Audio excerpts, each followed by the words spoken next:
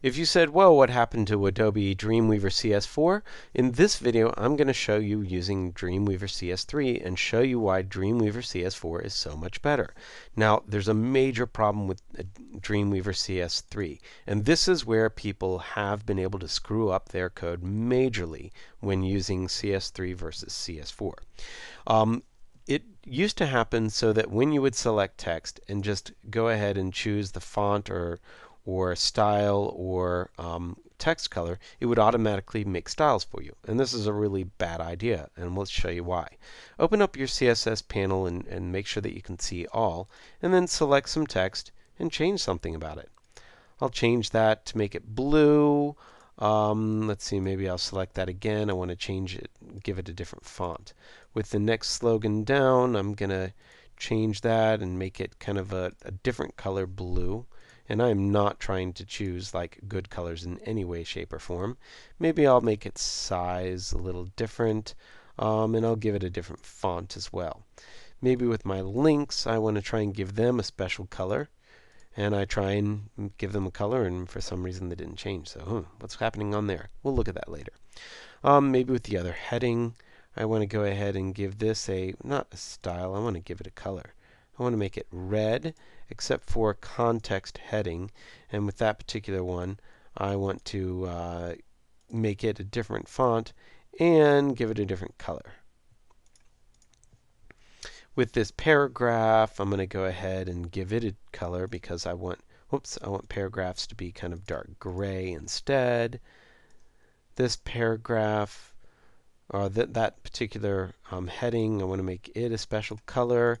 And this paragraph, by the way, I need it to be gray as well. So I'm going to make it gray. And let's see, that might be enough. I can make my footer stuff different colors as well. So anyway, I look at this and I think, well, wow, that's pretty cool. It looks exactly like I want. Here's the problem. Look what we've just done. We've created all these unnamed styles, and these styles don't mean anything. Style number 1, style number 2, what the heck does that stuff mean?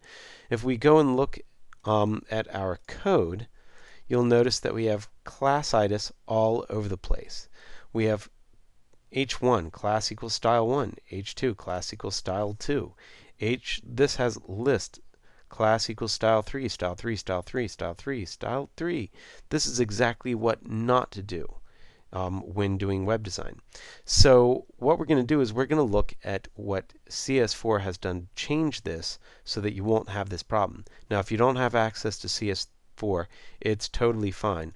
All we have to do is make sure that when we choose a style, we go ahead and create our particular tags in order to make sure that we use the proper HTML selectors as needed. And you'll find out more about those as we go on with the other tutorials. Let's go take a look at what CS4 does differently. So here's the original page in CS4, and if you look down at the bottom, this is all you get for formatting. Formatting H1, what class we're going to use, bold, italic, and no colors. Even if we go to CSS, there are no colors here, and the reason why is because it wants us to create our tags ourselves. Now there is a color picker here. If I go ahead and try and give it red, notice what it does. It puts us into the CSS rule dialog box and forces us to come up with a valid CSS rule. So that way I know that I'm going to use site info H1.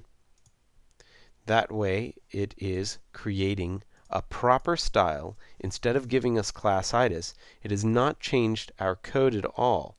It still says site info H1.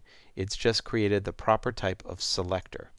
And that's one of the major reasons that CS4 is a major advancement for Dreamweaver when it comes to proper web standards design. So let's go on to the next tutorials and we'll start creating selectors for different types of tags.